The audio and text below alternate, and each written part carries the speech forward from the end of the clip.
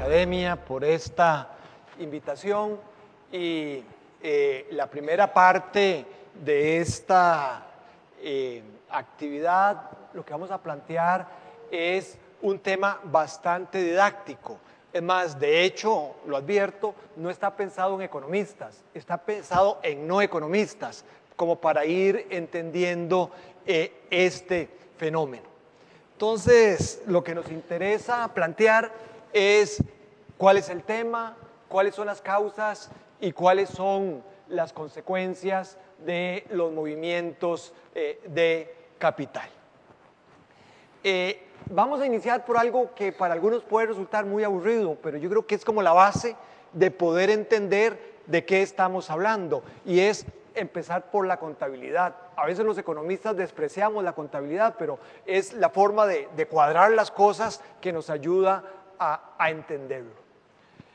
Hay un concepto en economía que es el de balanza de pagos, y lo que hace es medir todas las transacciones que se realizan entre los residentes de un país con los residentes de otros países.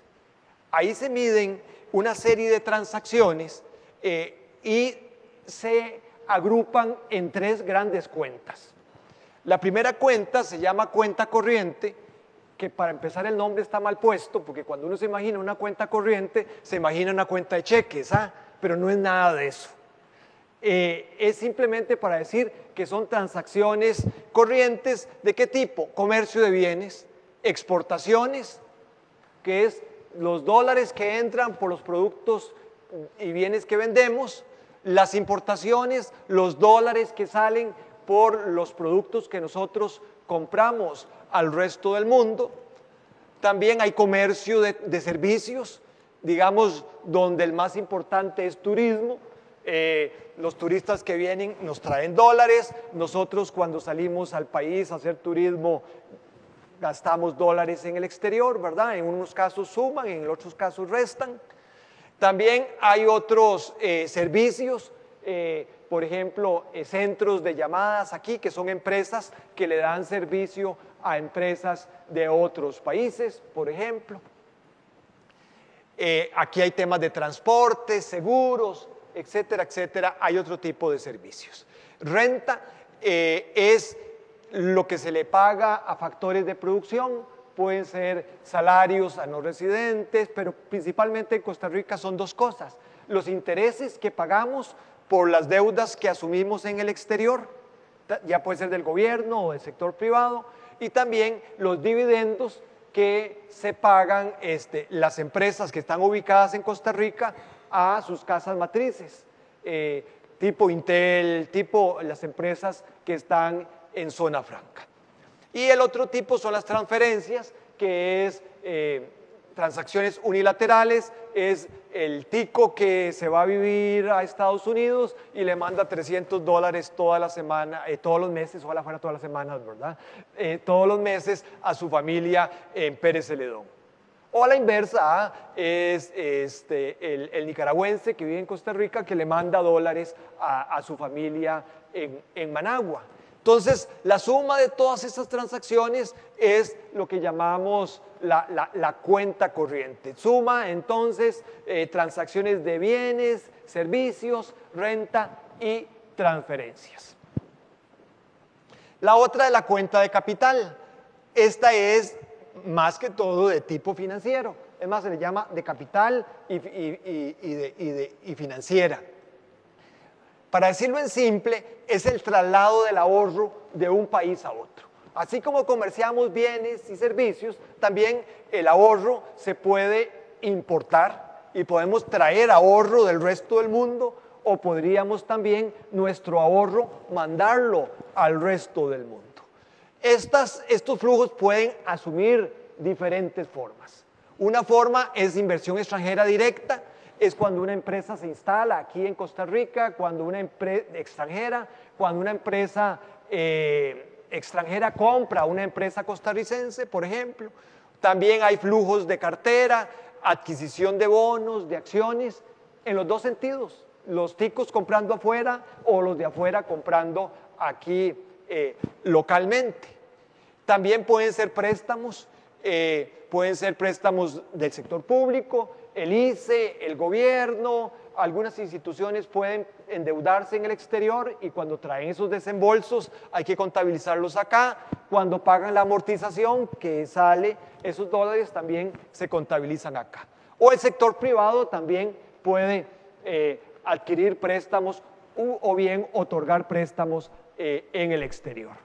Entonces, las sumas y las restas de los dólares que entran, de los dólares que salen, por todos estos conceptos es lo que nosotros llamamos la cuenta de capital.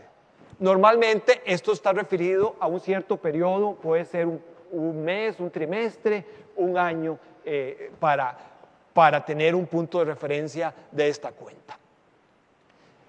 Claro, aquí por ejemplo, Costa Rica es deficitaria. Esta cuenta corriente, en el caso de Costa Rica, es negativa, típicamente. Típicamente esta es positiva.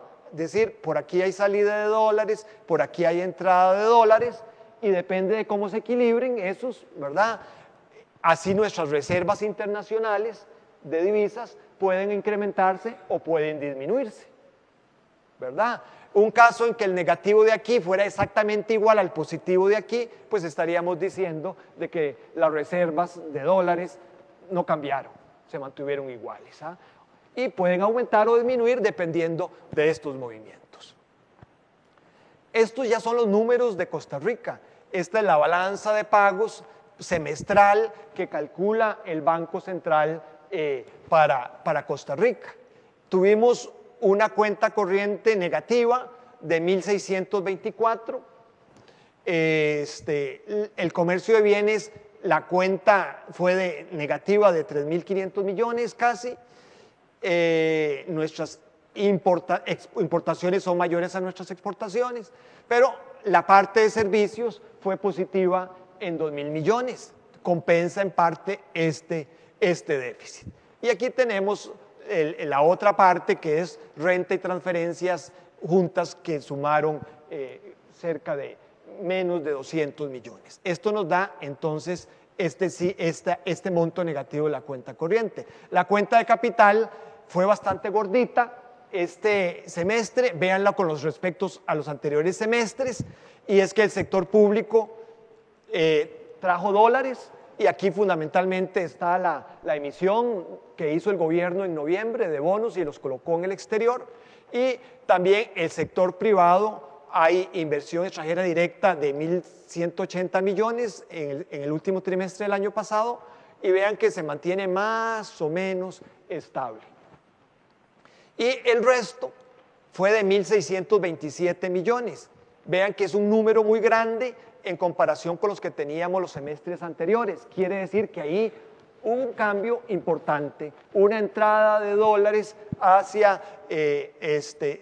por canales privados importante, especialmente grande en comparación con el año pasado. De este déficit de 1.600 con este superávit de 3.600, pues tenemos una acumulación de reservas. Aquí el signo negativo indica que más bien aumentaron, de cerca de 2.000 millones en el segundo semestre del año pasado. Y entonces un poco esta es la idea. Cuando sumamos la cuenta corriente, la de capital, pues nos da cuánto varían las reservas. El caso nuestro es uno con déficit en la cuenta corriente, superávit de acá, y este es el caso de Costa Rica, de muchos países de América Latina y muchos países en desarrollo que necesitan de los movimientos de capital para complementar su desarrollo económico.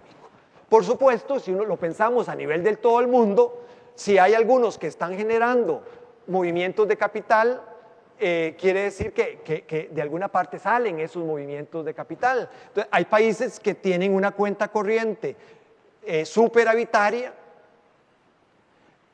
pero entonces les permite tener una cuenta de capital deficitaria.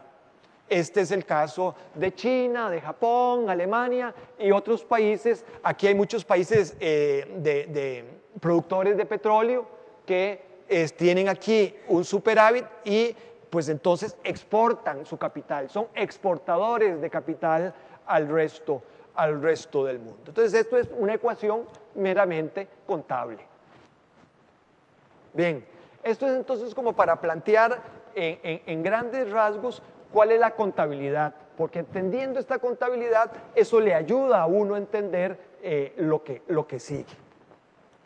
¿Qué es lo que sigue? Aquí vamos a hacer, en este recorrido didáctico tan corto que vamos a hacer, el segundo paso es explicar cuáles son las variables fundamentales que hacen que se muevan estas cuentas.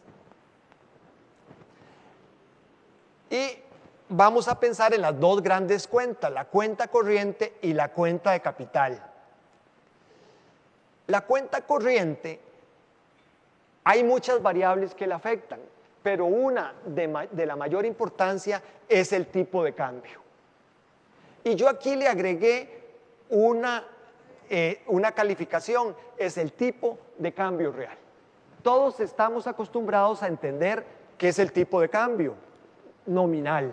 ¿Cuántos colones damos por $1? Damos 500 colones por $1. Ese es el nominal. El real nos da una información más rica. A veces cuesta más entenderlo. Y el real es una mezcla de 3 variables. De cuál es el tipo de cambio nominal, de cómo son los precios en el exterior y cómo son los precios localmente. El tipo de cambio real en realidad lo que nos dice es qué tan caro o qué tan barato es un país en comparación con otros países. Por ejemplo, digamos que el tipo de cambio nominal no se modifica, que sigue siendo 500, pero que Costa Rica tiene una inflación, digamos que del 10%, y que en el resto del mundo los precios no cambiaron. ¿Qué es lo que estamos diciendo? Costa Rica se hizo más cara en relación con los otros países. Es un país más caro. A los productores costarricenses les va a costar competir más con el resto del mundo, porque sus costos se incrementaron en comparación con su situación original. Y también a los productores para el mercado local, los que producen para el mercado local y tienen competencia de las importaciones, también dejan de ser competitivos, ¿verdad? Entonces, en este caso, lo que estaríamos diciendo es que el colón se sobrevaloró, ¿verdad? Estaríamos hablando de una sobrevaloración del colón en términos reales en comparación con el dólar, por ejemplo. Este movimiento de este tipo de cambio real que mueve estas cosas, esta sobrevaloración o esta revaluación real, pues hace que las exportaciones se resientan, hace que las importaciones se impulsen y entonces que tengamos mayor déficit en la cuenta corriente. A la inversa, si tuviéramos una devaluación real, entonces eso impulsaría exportaciones, eso pararía importaciones y se reduce el déficit de la cuenta corriente. Entonces, en términos simples, tipo de cambio real es como la llave que mueve la cuenta corriente. Hay otras variables, desde luego, que no voy a entrar. La otra es la cuenta de capital. Aquí las llaves que la mueven más son las tasas de interés. Y primero pensemos en las tasas en dólares, externas y locales. Entonces, ya si la tasa de interés en dólares en Costa Rica es mayor que en el exterior, en dólares también, pues hay una atracción para atraer dólares, ¿verdad?, a Costa Rica. Porque pagan más. Pero también está otra comparación de tasas de interés que es clave para este arbitraje, y es las tasas que tenemos en Estados Unidos, por ejemplo, en dólares, y las que hay, en el caso de Costa Rica, en colones, en este otro caso. En el primer caso, La prima de riesgo es fundamental, ¿verdad? Cuando comparamos tasas de dólares contra dólares locales versus dólares externos, es cuánto es el riesgo que están dispuestos los del exterior para venir a Costa Rica. Apetito de riesgo, cómo es el manejo de la política económica aquí en Costa Rica, etcétera, etcétera, son las claves. En el otro caso, cuando comparamos colones versus dólares, el tema clave se vuelve cuál es la devaluación esperada. Yo no puedo comparar tasas en colones versus dólares en una forma directa, porque es como nos decían en la escuela, comparar peras con manzanas. Entonces, para hacer la comparación, yo necesitaría decir, en el exterior o en dólares, la tasa es tanto, y pensar en cuánto va a ser la devaluación o la revaluación, y ya eso sí me permite hacer la transformación y comparar con los colones.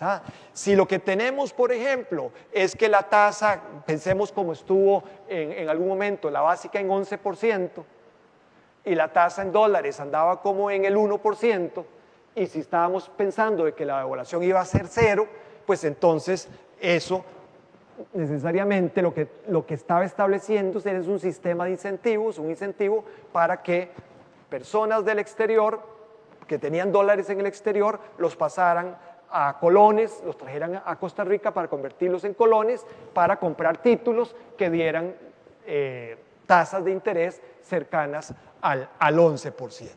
Entonces, es el movimiento de tasas de interés comparativo lo que hace que esta cuenta de capital se engorde o se haga más delgadita dependiendo de cuáles sean esas circunstancias. Desde luego que aquí hay también capital, inversión extranjera directa, y esa inversión extranjera directa también puede obedecer a otras razones que no son necesariamente tasas de interés, puede ser más la rentabilidad de los proyectos en uno y otro país. En adición a esto hay que ponerle una cierta complicación, y es que estos movimientos entre colones y dólares en Costa Rica no solamente se dan porque vengan del exterior, sino se da también porque somos un país que trabajamos en dos monedas, en colones y en dólares. Si aquí hiciéramos una encuesta, ¿en qué monedas tienen ustedes sus cuentas? Pues nos daríamos cuenta que posiblemente el 100% tienen cuentas en colones y en dólares. Entonces, estos movimientos son no solamente del exterior hacia el país o al inverso, sino que dentro del mismo país. O los mismos costarricenses que tienen afuera traen sus dólares o los mandan dependiendo de cómo son esas circunstancias. Adelante. Ahora, planteado esto, entendido de cuáles son las variables que principalmente lo explican, cuáles son los costos y los beneficios de tener una cuenta de capital abierta, es decir, permitir que esos flujos se muevan entre países. Y veámoslo en particular desde la perspectiva de un país importador de capital, pues complementa el ahorro local. Y para países que ahorran poco, puede ser un elemento importante en cierta fase de su desarrollo económico. Esto permite reducir el costo del capital en forma importante, es decir, le pone competencia, así como es deseable que exista competencia en la producción de bienes, en este caso también le pone competencia al mismo sector financiero de un país. Desde luego que hay también otros efectos indirectos, un mayor desarrollo del sistema financiero, porque a través de estos movimientos vienen tecnologías bancarias, tecnologías financieras, etcétera, etcétera. Y también algunos dicen que obligan a tener disciplina macroeconómico a las autoridades, porque tienen que preocuparse que hay unas lupas muy grandes desde el exterior que están viendo el país para mover capitales, y entonces eso obliga a mayor disciplina macroeconómica. Adelante. Las desventajas es que pueden inducir una alta volatilidad de la macroeconomía, es decir, pueden empujar épocas de gran expansión y épocas de gran contracción. En la entrada expanden la economía, en la salida pueden llevar a una contracción. En algunos casos estos estos movimientos bruscos pueden deberse a las políticas internas de los países receptores. Si el país está haciendo nacionalizaciones, expropiaciones, que no siguen los cauces del proceso legal, el capital puede asustarse e irse. Y entonces en esos casos pues hay razones locales, o cuando los gobiernos están siguiendo políticas macroeconómicas inadecuadas que llevan a la inestabilidad. Normalmente los que mueven estos capitales se enteran y hacen la salida rápida, y con lo cual pueden inducir a mayores movimientos económicos. Pero también pueden obedecer a circunstancias externas. Puede ser que en cierto momento exista en los mercados internacionales un gran apetito de riesgo, están dispuestos a arriesgar más. Puede ser porque las tasas de interés son muy bajas en el resto del mundo, y entonces eso los hace comportarse así. Hay unos elementos de contagio. Puede ser que una economía esté bien administrada, pero que otras economías que entran en problemas, simplemente los inversionistas no hagan la diferencia, los inversionistas internacionales no hacen la diferencia y tratan a todas igual. Y entonces no sé si Rusia entró en crisis allá en su momento, piensan que igual va a ocurrir en Argentina y que igual va a ocurrir en Brasil, y entonces se salen no solamente de Rusia, que fue la causante del tema, sino que se salen también de otros países emergentes y pueden inducir a unas contracciones en las economías, de las cuales las economías podrían no tener ninguna responsabilidad en ese momento. Adicionalmente, también estas entradas pueden incentivar burbujas de crédito y de precios de activos financieros y de activos inmobiliarios. Con la entrada, el sistema financiero puede financiar más crédito, ¿verdad? Y entonces puede entrar una burbuja de crédito. La complejidad es que en la gran expansión de crédito puede ser que los intermediarios no sean suficientemente rigurosos en examinar cuáles son los créditos que se están concediendo, o que en el momento de la burbuja, en que los precios de las viviendas están subiendo y de los activos inmobiliarios están subiendo, piensen que pues, las familias tienen más riqueza de la que efectivamente tienen o que van a tener cuando se pinche la burbuja y los precios de los activos y de las viviendas, por ejemplo, puedan caer. Y entonces se generan estas burbujas de créditos y de precios que tienen riesgos importantes, que llevan a riesgos importantes. ¿Cuáles han sido las grandes tendencias sobre movimientos de capital? Hay varias a través de la historia. En la época de patrón oro, hasta el 14, hasta la Primera Guerra Mundial, los movimientos de capital fueron prácticamente libres. Entre guerras empezaron las restricciones, guerras de divisas, de devaluaciones, de aranceles, y una de las cosas que se restringió fueron los movimientos de capital junto con el libre comercio. Eso se acentuó, se mantuvo después de la Segunda Guerra Mundial. Incluso el Fondo Monetario aceptó como normal la imposición de barreras a los movimientos de capital, por lo menos hasta 1980. A partir del 80 empiezan los procesos de liberalización de las cuentas de capital entre países. Y recientemente el Fondo Monetario, y eso es hace unos cuantos meses, ha empezado a reconsiderar esa posición, indicar que hay ciertas condiciones en las cuales podrían ser aceptables restricciones a los movimientos de capital. Y en el caso de Costa Rica, más o menos la historia internacional se repite. Pero nosotros tuvimos restricciones a los movimientos de capital hasta inicios de los años 90. Y los que peinan canas o no tenemos pelo, recordamos cómo el Banco Central restringía la venta de divisas, ¿verdad? Recuerden que había que autorizar divisas, que había un registro de capitales en el Banco Central, etcétera, etcétera. Entonces esos movimientos de capital no eran libres, estaban restringidos. En la jerga de los economistas, la cuenta de capital estaba cerrada. Y básicamente los movimientos de capital eran los préstamos del gobierno. Prueba de ello fue todos los problemas de deuda que luego nos metimos. Estas decisiones, estos cambios básicamente yo creo que se debieron a temas de la transformación financiera del mundo y a los cambios tecnológicos. Hubo decisiones del Banco Central y en particular en la época de Jorge Guardia, en parte fue decisión del Banco Central, en parte era que ya el mundo había cambiado y ponerle restricciones a los movimientos de capital es muy difícil, ¿verdad? Tal vez en el año 50 era más fácil poder detectarlos, ahora es más difícil. Y además hubo varios fallos de la Sala Constitucional. Y en la actualidad lo que tenemos es una apertura muy amplia de la cuenta de capital. No hay restricciones, a nadie le preguntan y es solo a veces por carácter informativo y a veces ni siquiera la información que damos de cuál es el origen de las divisas es adecuada. Bien, ahora veamos la cuantificación de esos movimientos de capital que hay hacia Costa Rica. Primero, decir que medir esto no es, ¿cómo se llama? No es fácil y prueba de ello es que la balanza de pagos tiene un renglón que se llama errores y omisiones.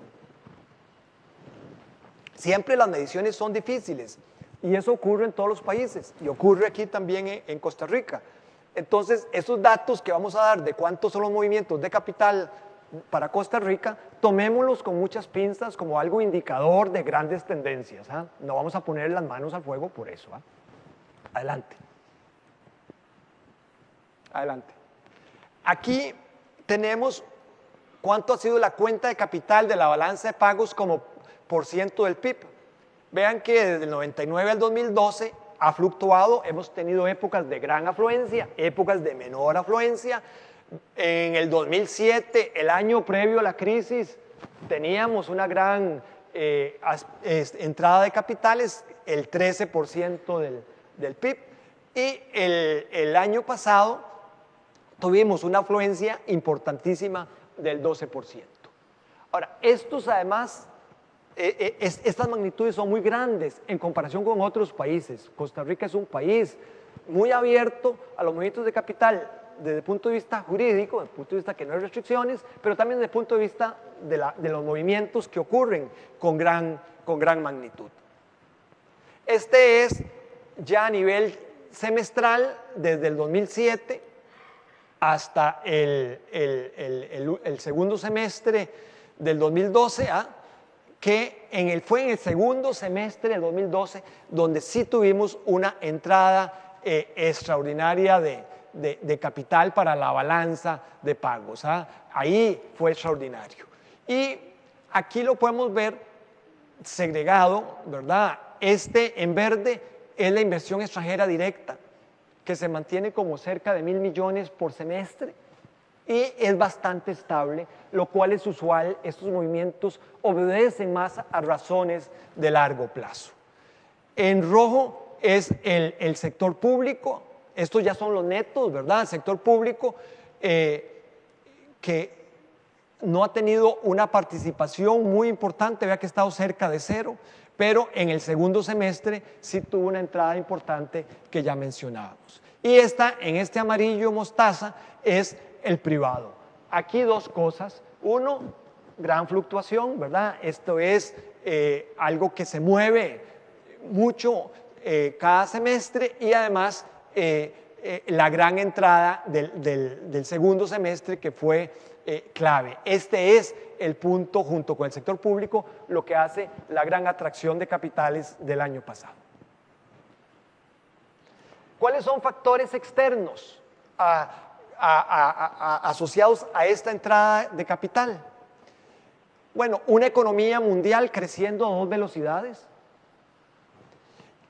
Los países avanzados crecen poco y los países emergentes o en desarrollo están creciendo más, de forma tal de que esto ya puede inducir a movimientos de capital desde estos países donde hay menos oportunidades a estos otros donde hay más oportunidades, ya sea productivas o de tipo financiero.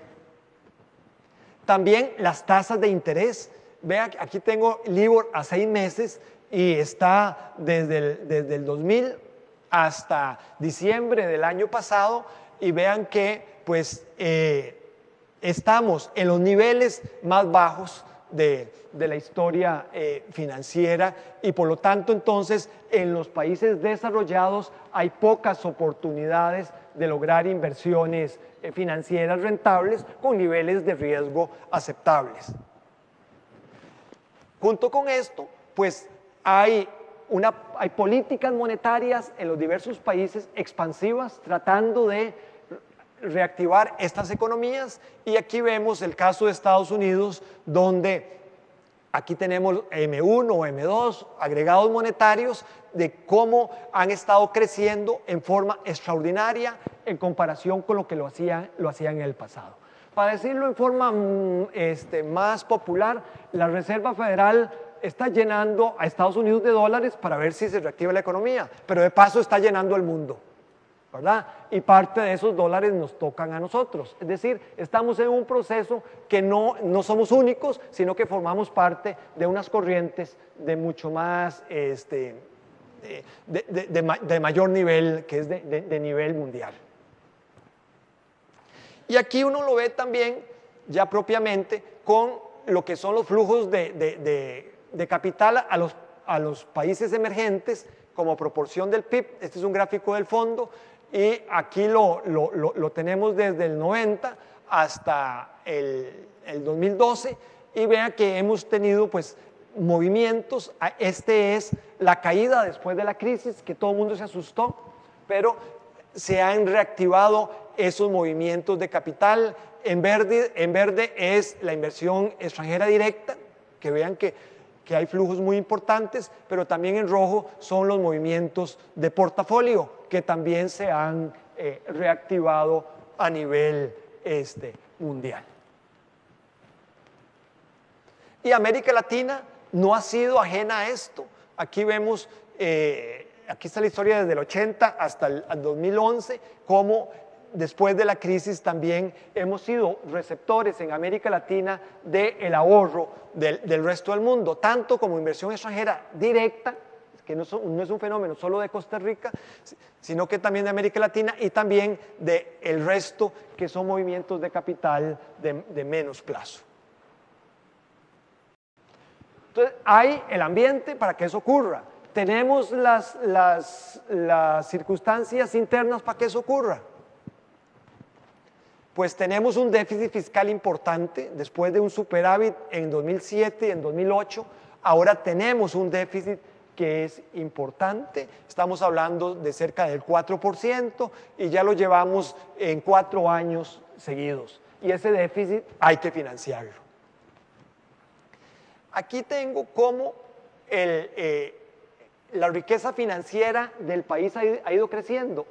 La riqueza financiera es todo el ahorro de todo el sector privado, en este caso, que se puede canalizar a andarlo en nuestros bolsillos, andar billetes y monedas, depósitos en el sector financiero, instrumentos en el Banco Central, por ejemplo, bonos de estabilización y otros, o tenerlo en bonos fiscales.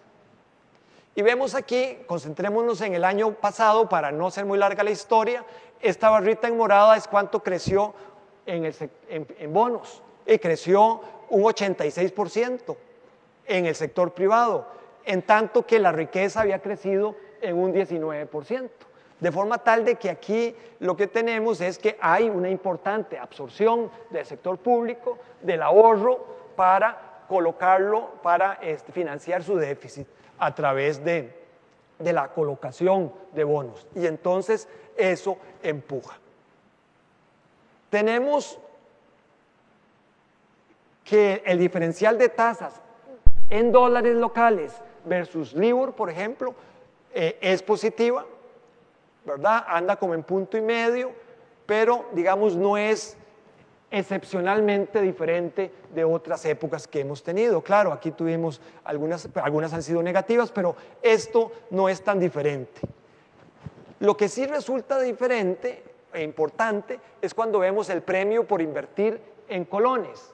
Es muy complicado calcularlo porque hay que conocer cuál es la devaluación o cuál es el movimiento del tipo de cambio que las personas esperan para hacer sus transacciones. Aquí supuse que era el crecimiento de cómo se había comportado el tipo de cambio en los últimos 3 meses, lo cual es simplemente para efectos ilustrativos y de ejemplo. Pero vean que aquí estamos con unos premios muy altos. Aquí está desde enero del 2000 hasta diciembre. Los premios son excepcionalmente altos en comparación con lo que hemos tenido, lo cual induce a pasarnos del ahorro de colones a dólares. Y buena parte de esto puede estar inducido por el mismo sistema cambiario que tenemos, un piso de la banda de 500 que da certeza en estos movimientos, ¿verdad? Entonces esperamos que si el tipo de cambio está cerca de 500, hacia la baja no hay posibilidades. Entonces ayuda a formar estos premios desde el punto de vista de la devaluación esperada. Adelante. Consecuencias, básicamente es un tema que ya lo mencionábamos, cómo se sobrevalora la moneda local, cómo reduce la parte de competitividad del sector exportador y de los locales que compiten con importaciones y cómo se recompone el gasto hacia bienes importados. Este es el tipo de cambio real, la composición de esas tres variables que hablábamos, tipo de cambio nominal, precios externos, precios locales. Este es el tipo, y cuando este índice cae, lo que estamos diciendo es que el colón se está revaluando. Y estamos hablando prácticamente de un 25% desde su punto máximo el año pasado. Aquí es el caso de Costa Rica comparado primero con América Latina, y es de los países que ha tenido mayor revaluación de su moneda en términos reales. Y este es el caso de Centroamérica, también es de los que se ha tenido mayores revaluaciones en términos reales. Aquí está esa comparación de este grupo de países. ¿Han caído las exportaciones? No, los datos del Banco Central, aquí vemos en cuánto crece el quantum de exportaciones, quitando el efecto precio, y sí se ve que hay que la tasa de crecimiento de los últimos 3 años es más baja de lo que hemos tenido en el pasado, pero digamos no hay caídas del sector exportador. ¿Eso qué se debe? Primero, que el efecto entre tipo de cambio y decisiones de reducir las exportaciones o dejar de exportar no es inmediata, normalmente son decisiones más bien de largo plazo. Hay otros factores que afectan al sector exportador, no solamente está el tipo de cambio, y también esto impacta al sector exportador en forma diferente dependiendo de qué sean los productos que estamos exportando. Agricultura y turismo son más afectados porque tienen valores agregados locales mayores que, por ejemplo, algunas actividades de zona franca donde su valor agregado es menor. Entonces, la composición de las exportaciones podría estar variando, cosa que no estamos aquí incluyendo. Ya para ir terminando, porque ya me están sacando una tarjeta que hace rato estoy viendo, el otro aspecto tiene que ver con la expansión crediticia, ese boom de crédito que podría traer. Aquí lo que estamos viendo está ocurriendo ese boom de crédito. Aquí tenemos el crecimiento del crédito del sistema bancario según moneda, colones reales, quitándole la inflación, y dólares. Sí ha habido una mayor expansión del crédito en dólares, cercana aquí al 15% en los últimos meses, y el crecimiento en la parte de crédito de colones ha sido más lenta, ¿verdad? Estamos hablando en términos reales cerca del 5%. Claro, y es que todos estos movimientos de tasas de interés traen el incentivo de endeudarse en dólares, no en colones, con lo cual el sistema financiero tiene que hacer unos calces de plazos complicados. Los ahorrantes quieren ahorrar más en colones y los deudores quieren más crédito en dólares, con lo cual pues se generan riesgos de calces de plazos, riesgos de tipos de cambio que son importantes, calces de monedas también. Entonces, digamos, este es el menú que quería plantearles para ayudarles a entender la discusión que viene más adelante. Muchas gracias.